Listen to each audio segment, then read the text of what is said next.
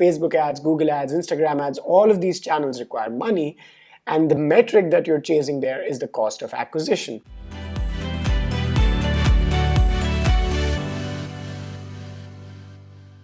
Hello e-commerce business owners, welcome to another video, and in this video I'm going to show you how to decide product prices on your e-commerce store. Now if you have not been into e-commerce, if you're new to e-commerce, if you've been a wholesale business or a physical business in the past, you probably have no clue what kind of pricing would work on your store, and that's a fair point. That's a good place to start because here I am and let me share the process with you.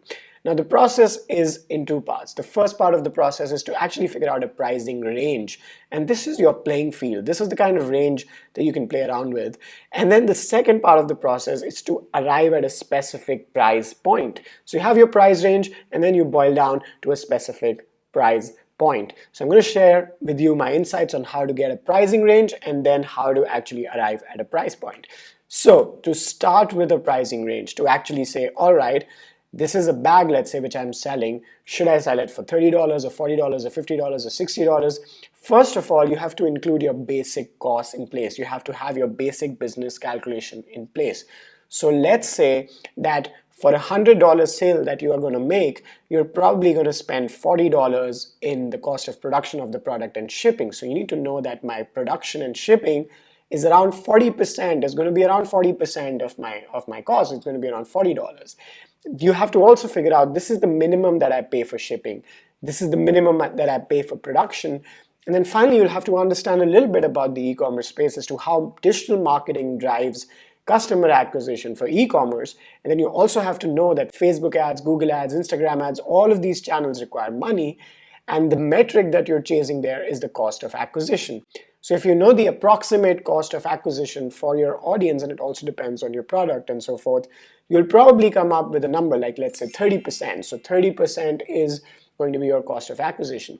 So once you know these costs, you also add up your operating expenses, your teams, your subscriptions and all of that, so that you know your basic costs that you have to incur for every product sale.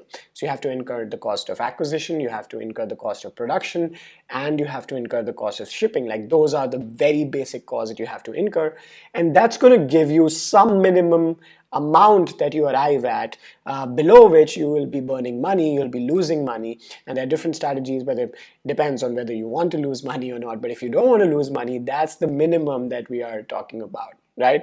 Now, what you also need to consider here is your industry as a whole and what kind of charges are your competitors charging from their customers. So look for similar products like your product online and look for their stores, your competitor stores, and see what kind of pricing they are charging. So what's the maximum that you can go to with this kind of quality, with this kind of product category that you have, with this kind of audience. But also keep in mind, if you're new, that you do not yet have a brand, and there's a lot of pricing that is factored in by if you are a brand versus if you're a new store on the block. So if you're an old brand, if you're looking at really classic competitors that you have, then you probably might also see that they have prices which also are a reflection of the brand that they've built. So look at stores which are probably as old as you online and that you think that have a similar brand value as yours.